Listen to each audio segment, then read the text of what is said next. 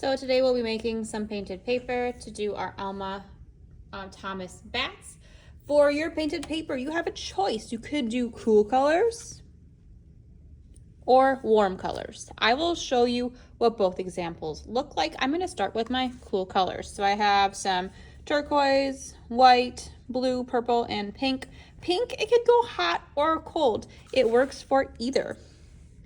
To start out, I'm going to take my paintbrush and I have a paint scraper, and I'm just going to start getting this paper full of paint. So I'm going in and I'm first going to do a layer of blue. Not using all my blue at once because I want to go back and put that blue somewhere else. Then maybe I'm coming in with my purple, adding purple in. Turquoise, I'm really not even going back and cleaning my brush. I'm just kind of piling the paint on my paper because it's gonna all mix together anyways. Now, one of the really awesome things to add to your painted paper is white, because white kind of turns your colors into more of like pastel colors. So I'm going through here and just really mixing everything together on my paper, covering up all of the white spots on the paper. It's okay to have white paint on the paper, but you want to make sure that you're filling your entire page with paint. If you don't want to use pink in your art, that's okay too. I figured I would just try the pink out to see what it looks like, because then you'll know if you want to use it in yours or not. I want to do this pretty quickly because I want the paint to stay nice and wet so I can continue to blend it together. And then another really fun thing to add to your painted paper is using a paint scraper. So this can help us with different textures and blending. If I use the side with ridges and I drag it across the paint, then I'll get lines in my paint. If I want to use the side, I could use the side to kind of like dunk it in my paint and scrape it across for different textures too.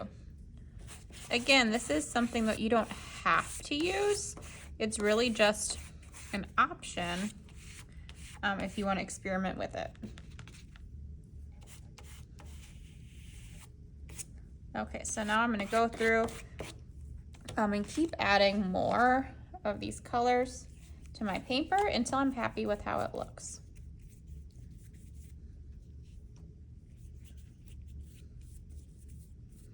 And kind of what I want in the end here with my cool colors is for this to look like a night sky, to have bats flying over. If you're doing warmer colors, then your sky is probably going to look more like a sun setting.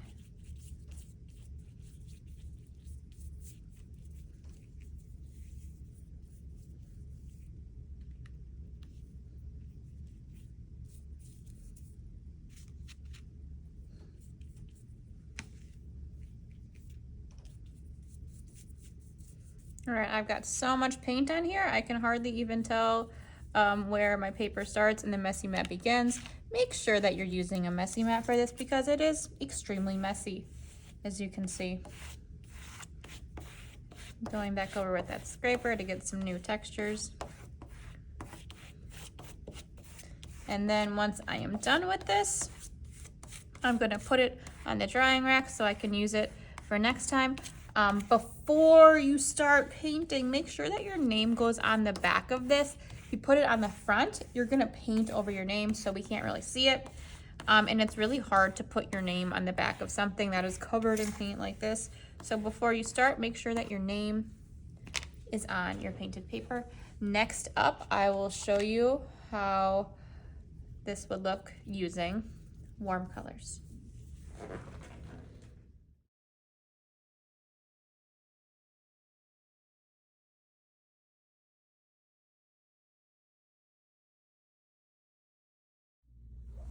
Now that my painting paper is dry, I am going to cut out a circle for my full moon. In order to get a perfect circle, you can take a container, flip it upside down, and simply trace around it using a pencil.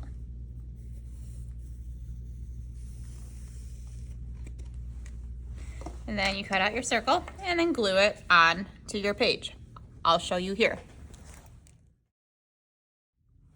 You could glue your moon in the middle of your art like I did with my red one, or it could be like up towards the corner like I did with my blue one. That's up to you. Next, we're going to incorporate the mark making techniques that Alma Thomas puts in her art. We are going to use a paintbrush and paint to make the small bricks of color that go in a concentric circle around the moon. You will pick 2 colors and white if you are doing blue. I will show you the red one after this. So what I'm going to do is I am going to turn my purple and blue into a pastel color.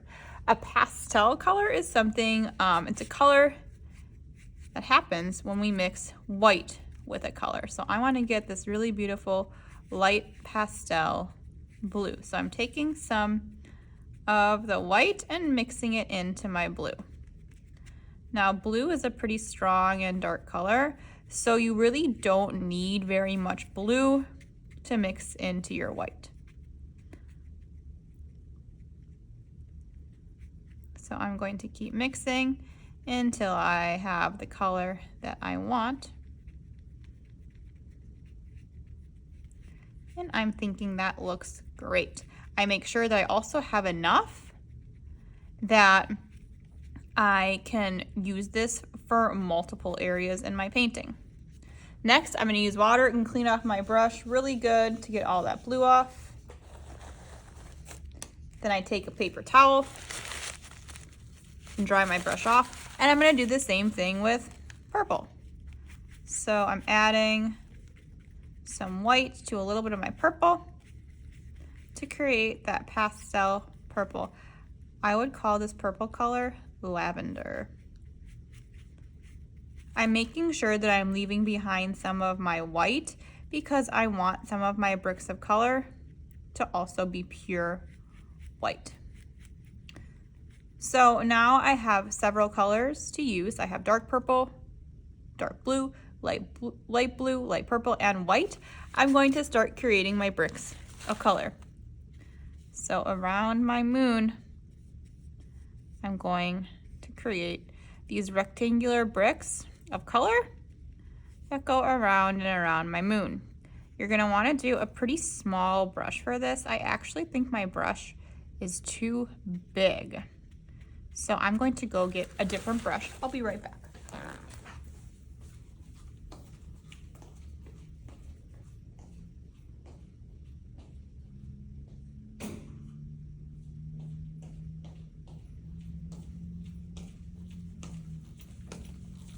And now I'm back with a smaller brush. So I'm gonna pick another color to do my bricks with. This time I am going to try doing the light blue.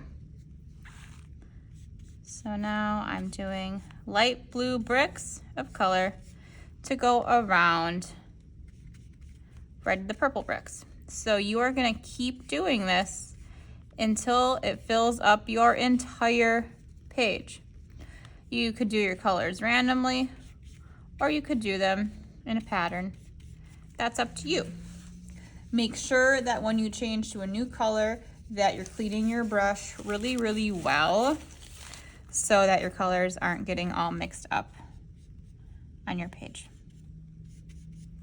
Once you reach the edge of a page, like I'm going to here, you want to just keep going with your circle where it would meet on the other side. Okay, I'm going to put this on fast mode.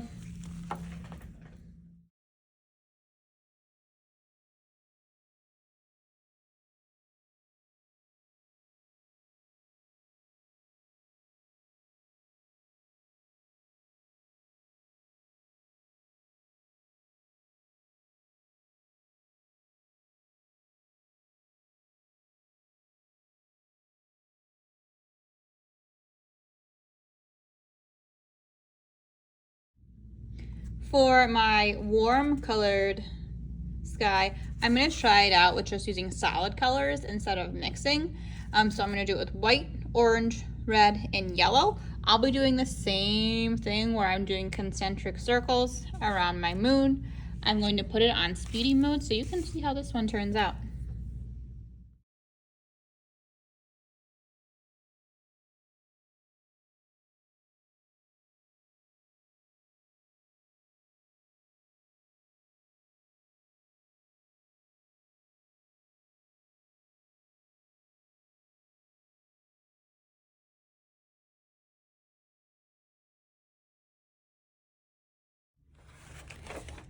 The final step for creating our bat paintings inspired by Alma Thomas is to add the bats to our night sky landscape or backdrop.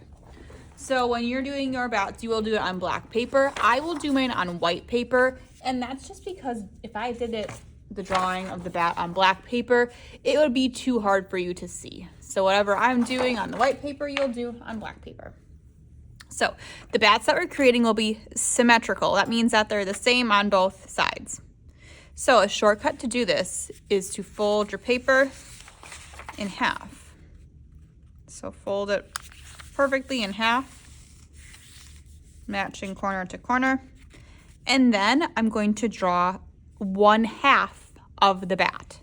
Then once I cut it out, fold it open, and we'll have 2 sides.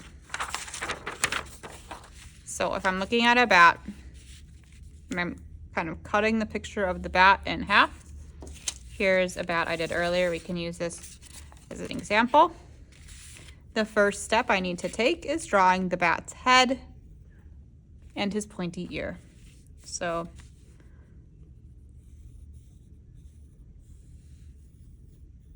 shape that looks like that. And if you want yours can look a little different than mine, this is just the example I'll show you. Next, I do the side of his head. Next, I'll do his wing. So to do the wing, I do a curved line going outwards. You can decide how big you want your bat to be. And then for the under part of his wing, I do these pointed lines, his body coming back, and then the rest of his body. So now I'm gonna cut this out. I made sure that I drew that on the creased line so that when I cut it out and I open it up, it will have 2 symmetrical sides.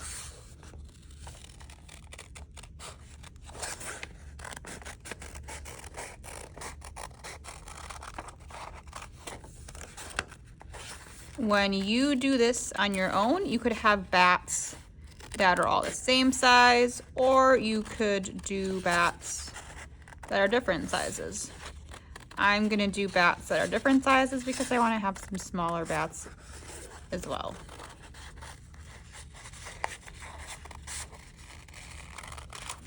Okay, here's the moment of truth. Let's open him up and see what he looks like.